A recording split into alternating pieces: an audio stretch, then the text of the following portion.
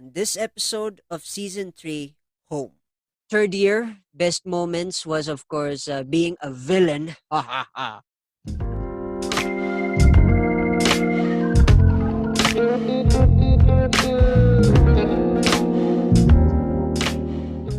Hey folks, welcome back to the Rajiv Show, and I'm your host Rajiv Doreswamy, and this show aims to help reach out to those who are currently struggling in life and to remind you that life is indeed beautiful when you're inspired to make it your own. And this episode, of course, is we're going to talk about college life. It's very quick. We've already hit college life. It's just recent that I posted my graduation photo, so it's perfectly timed that this conversation, this podcast, this episode is dedicated to at least this 4 to 5 years, of course, of my journey in the University of Baguio as an AB Music or a Bachelor of Arts in Music. But before we get into this episode, I would like to remind you to kindly hit that subscribe button if you're watching this on YouTube. Of course, hit that notification bell. And if you're listening to this via Spotify, Apple Podcasts, and all these other awesome apps like Breaker and all the other stuff, all the other good stuff, subscribe, download, do your thing.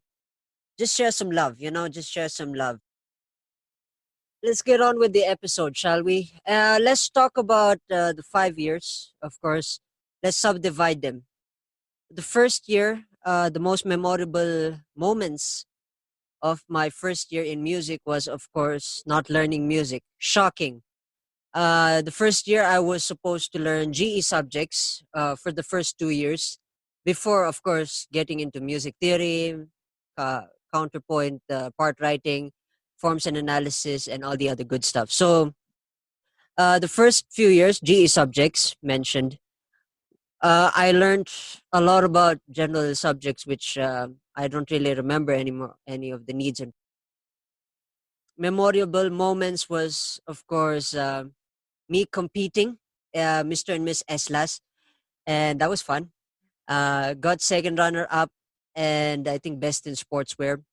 And then uh, I nearly entered the semis of debate. There was a inter-school debate, and it was fun. And I got to know other schools. Uh, Second year, of course, I the beginning of evening classes, which was, of course, mostly around 6 to 8 p.m. That was fun. I got to enjoy the nightlife as well. And third year, best moments was, of course, being a villain.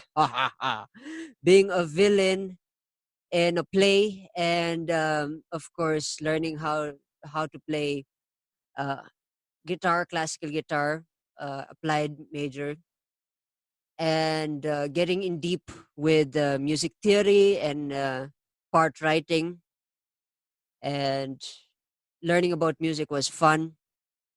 And then fourth year, of course, traumatic year because first time I had anxiety, and that was based on not able to cope with the standards, and couldn't understand how to communicate with people because the language. There's certain barriers, not really a language barrier. There's certain spots where I cannot really understand the Tagalog language.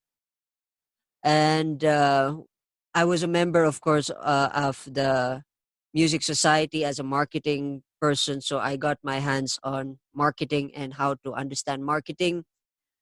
Fourth year also, I met my mentor, and had a conversation with him almost on a daily basis. We spoke about entrepreneurship, art, philosophy, and everything. And entrepreneurship was the mainstay. I read a lot of books in my fourth year. Fifth year, intense year, we went through recital and composition, which was, of course, arranging and composition, and learning more about music and its idea, and it's how you compose and how you create and how you make it your own.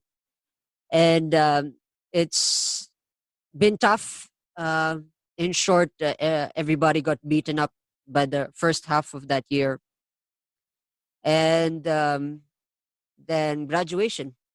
So it was a quick, rapid. Reason why I had to do that is, of course, time. I want to dedicate this episode, of course, to my fellow comrades in music. Uh, there are a lot of them that I can name. Jis Alip, uh, Ara Agadan, of course, two presidents who've paved the way for the music society and for enlarging and, of course, helping the community grow. My batchmates and the batchmates before us, and then a lot of folks who have helped us, mentored us, advised us. Sir Phil, Sir Nelson, and I want to say thank you to all of them for teaching us and helping us grow and understand music. That music has never been taught in ever. I've never expected that I'd ever learn music this way. I mean, it has been an interesting journey. One thing I want to say is that there is some things that I want to get off my chest. As you know, of course, um, this journey with arts and music, of course, from the last years that carried on, of course, with this 5 years, has major influence in everything that I do.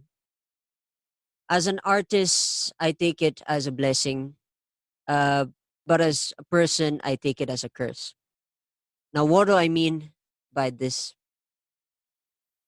I've been the guy who is always looking out of the window, the guy that's always rejected in conversations, and mostly that has been my life. I mean, being isolated gave me that freedom to travel and explore without entering into something that I don't really want. And as a traveler, as a lifelong traveler, I've decided to let go of my baggage in a good way. And this episode is emotional to me because um, I do not like to gi- to give a negative idea to what people perceive me when I say that I don't do music or arts anymore. One is there has been a reality check that was given to me, and to see that uh, take over that ideology to take over my life, it's really hard to see it in the long term. Being an artist, being a musician, the way I've seen how people struggle to make ends meet is more like a nightmare to me.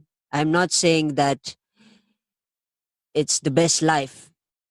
I mean, anybody can pursue what they want as long as they know what they want and they can envision it, and that's who they are. What I'm trying to say is that now that I'm a fresh graduate, I want to pursue something different, and it's been haunting me, to say the least, that I'm not pursuing music as the forefront of what my future is going to be. And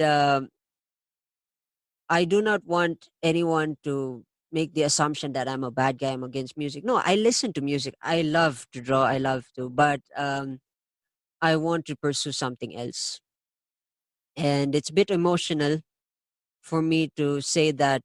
And for all the years, just to let go of that baggage is a little bit tough. Believe me, it's tough for me. And it's just something that honestly in my life I don't want to let go of, but it's given me no choice. But in all the things that I've done, I'm always grateful for what arts and music has given me. A handful of people that I can talk to on a daily basis, and a handful of musicians that I've met over the years that have taught me something one way or the other. I want to say thank you for that to all those people from India, from Philippines, my friends, and those that hated me. I want to say thank you to you because had not been for those reality checks that you've given me, I would not be taking this leap that I'm taking right now from this day forward to the future. And like I said, this is a bit emotional. I'm sorry if people are tearing up, but for all the artists and all those passion project creators, I encourage you to pursue what you love, but you have to make sure that it could sustain you for a lifetime. Because if not, then find a way to make ends meet, but still pursue what you do. Because I'm not discouraging you. It's just that my vision, my views in life is much more different now than it is 5 years ago. And thanks to everybody who's been there with me for 5 years and beyond 5 years, I am grateful for what you've done. And thank you so much for those who are tuning in. Much love for the support, the countless support, of course, of this new venture, this podcast. This is one venture, this podcast, and countless other projects that I'm pursuing. Thank you so much for your support. Much love. And if you want to connect with me via social media, Facebook, Twitter, Instagram, YouTube, just find me at Rajiv Doreswamy, and I'm always happy to have a conversation with you. And with that in mind, I hope you folks learned something, a thing or two, about this episode and about me and my personality. I hope you learned something. With that in mind, have a good day, have a good night, have a good afternoon. Cheers, and stay safe. Are you looking for amazing podcasters from the Philippines? If so, check out the Philippine Podcast Directory, which has 100 different varieties of podcasters ranging from educational to motivational to even inspirational content that can help brighten your day. Philippine Podcast Directory is also available on Facebook and on Instagram at Philippine Podcast Directory. So check out the Philippine Podcast Directory for some amazing podcasts fresh from the Philippines.